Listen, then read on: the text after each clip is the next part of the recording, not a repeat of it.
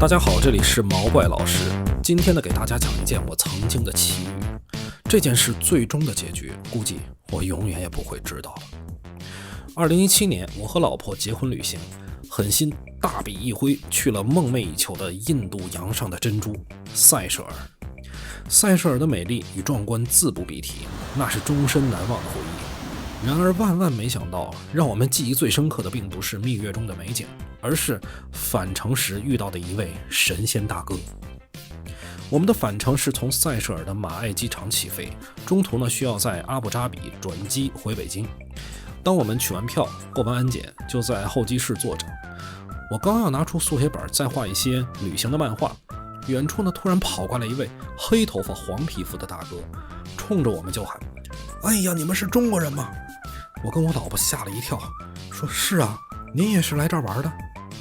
大哥一副抓住救命稻草的样子。哎呀，终于遇到中国人了，快帮帮我！我怎么在这儿？我为什么在这儿？我在干什么？我该怎么办？大哥一系列的自我提问，把我跟我老婆给整懵了。我看他抓耳挠腮，手足无措，赶紧安抚他。我说：您先坐下，慢慢说，到底怎么回事？大哥继续说：我怎么在这儿啊？我为什么在这儿？我看他明显抓不住重点，便问：您从哪儿来的？大哥说：我一直在这儿啊。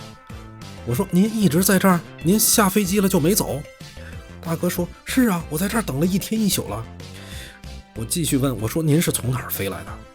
大哥终于说了一句有点实质性的话：我从马达加斯加飞过来的。然后我怎么就在这儿了？因为呢整个提问和回答的过程过于冗长，大哥呢又一直语无伦次。我在这里呢就总结一下大哥目前的经历。首先呢说一下大哥本人，他明显呢是缺乏语言表述能力，说话并不知道哪个是核心。我跟我老婆在费力的提问与猜测下，终于拼凑出了案件的大概。大哥呢是西安人，他的行程呢是从马达加斯加起飞，最终呢是要回到西安咸阳国际机场。他现在在马艾机场呢是要在这里转机，所以呢在这儿碰巧遇到我们。而他下面的行程呢是跟我们要坐同一班飞机飞往阿布扎比。但是呢他到了阿布扎比之后呢是要飞往香港，再从香港转机到西安。光是搞清楚了他的行程呢就费了将近半个小时的口舌。别看大哥语言表达不清楚，他声音还特别大。我一再示意他小点声小点声，但是大哥似乎并没有理会。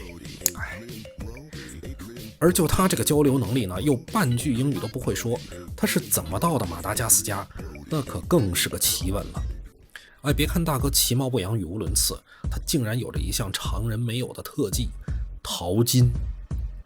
这家伙了解地质知识，又拥有勘探的技能，是一个淘金界的技术员。因为技术高超，被一位在马达加斯加采金的中国老板看中，便从西安全程带着他前往马达加斯加进行技术指导。而在大哥的指导工作结束之后呢，老板直接给大哥买了全部回程的机票，然后派人送他上了马达加斯加的首班飞机，后面就啥也不管了。所以这就是他为什么出现在这儿。他到达马艾机场的那班班机与他下一班要飞往阿布扎比的飞机间隔至少12个小时，所以他下了飞机以后就一直在马艾机场等着。由于他英语一窍不通，甚至连 Good Morning 都听不懂，他说自己完全不懂英语。更倒霉的是，这种跨国的转机有时候是需要坐完一程飞机，到了第2站，在当地机场再取下一程的机票。其实你不懂英语，但是只要你知道坐哪班飞机，拿着护照直接找柜台办理就行了。但这个大哥呢，不仅不懂英语，好像连坐飞机的流程也不清楚。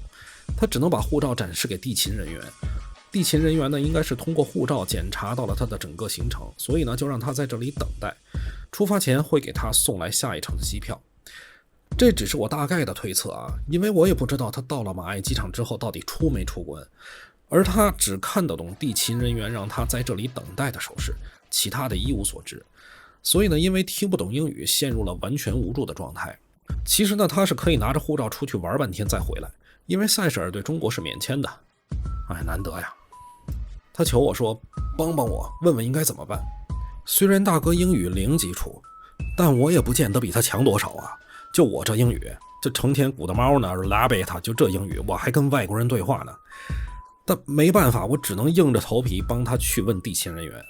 我用蹩脚的英语问地勤人员：“I said, He need to fly to Abu Dhabi. He need the ticket. What need he do now? 地勤人员明显听懂了我的 Chinglish， 只说 wait。后面的大概意思是说，在这儿等就行了，然后会有人给他送机票来。我回去告诉大哥，我说就在这儿等着，飞机起飞前应该会有人给你送票来。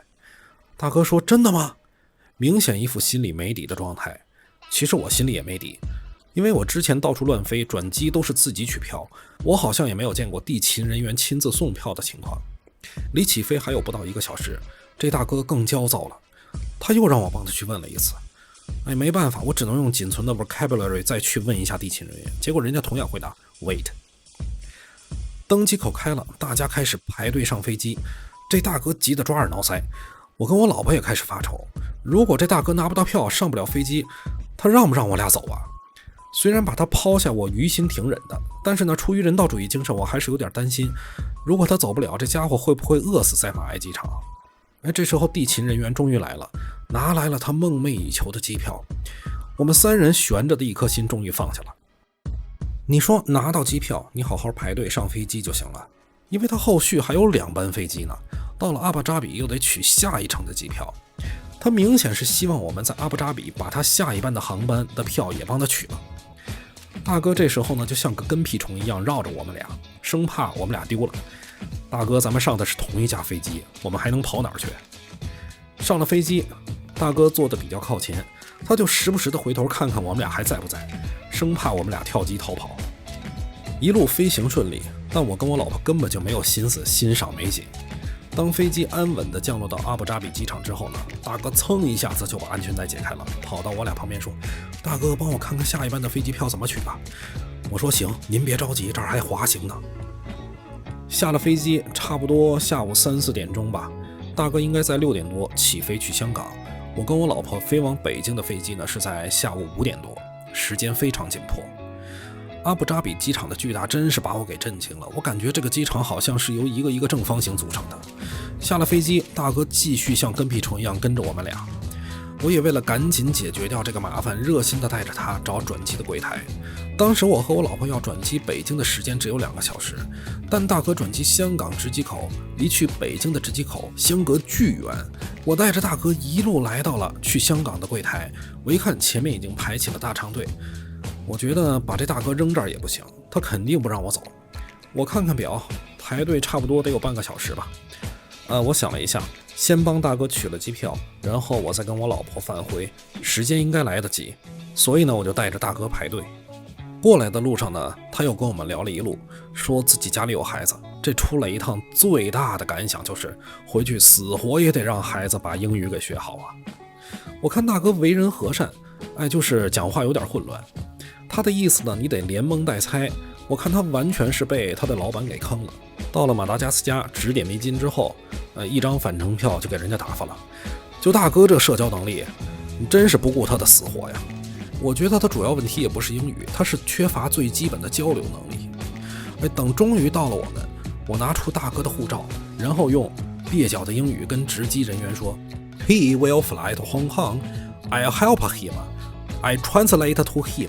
You can talk to me. 值机人员看了我一眼 You fly too? I said No, just him. 值机人员拿着护照查了半天，终于查到了大哥的飞机，然后对我说了一大串 English， 最后呢还补了一句 You translate to him。 就咱这英语水平，那也是大学2级英语满分及格呀，怎么着也听懂了几个词儿。虽然刚才嘀里嘟噜一大串，但是听懂了什么 Hong Kong 啊，什么 weather 啊，最重要的一个词是 delay。 虽然关键词听懂了，但是呢还不敢肯定整个句子的意思，于是呢我用关键词连成一个句子跟老外确认一下，我说because the weather problem, the flight to Hong Kong was delayed, so he need to stay here and wait。 老外说 yeah。 我赶紧告诉大哥，去香港的飞机 delay 了，延误了，还没飞过来呢，所以呢你得在这儿等着。大哥说要等多久啊？我继续问老外 What time he can fly？ 老外说 Maybe 9 to 11 o'clock p.m. 我说我操，我本来计划在这儿帮大哥取了票，我跟老婆就可以脱身了，这回可麻烦了。我只能带着大哥离队，因为我和我老婆必须得赶紧去值机了。我们走过来的距离可不近呢。我告诉大哥，你就在这儿等着，晚上9点以后你再过来问，直接给他护照就行了。大哥说，我这也不会说呀。我说你不用说，或者你就说 Hong Kong。我想也别费劲了，我给他写个牌子吧。我找了张破纸，在上面歪歪扭扭的写了几句英语。这时候呢也顾不上什么语法错误了因为平常我也不知道对不对。我那个时候英语还不如现在呢，写了几句 I will fly to Hong Kong, I need the ticket。 我说你把这个给老外看就行。为了稳妥起见，我又补了2句 I can't speak English, I need help。 我说你需要的话就找人帮忙，你这个飞机晚点了，但是就在这儿等，肯定没错。等你到了香港，那边都说中文，就没问题了。I hope so。 大哥呢还是一副心里没底的样子，不过呢他也只能攥着我的锦囊，听天由命了。我跟大哥说，我们得去值机了，时间真来不及了。大哥也没办法再纠缠我们不放，只能恋恋不舍地放我们走了。我预估了一下，我们从下飞机到他的这个值机口至少得走了1公里，我们的值机口还在另外一个方向。这时候呢，离值机也就剩下不到40分钟时间了，我俩一路小跑。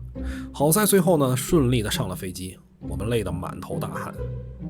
跟大哥临别前，大哥还留了我在中国的电话，我说你到了中国给我打个电话报平安。事到如今大约5、6年了吧，我至今也没接到那位大哥的电话。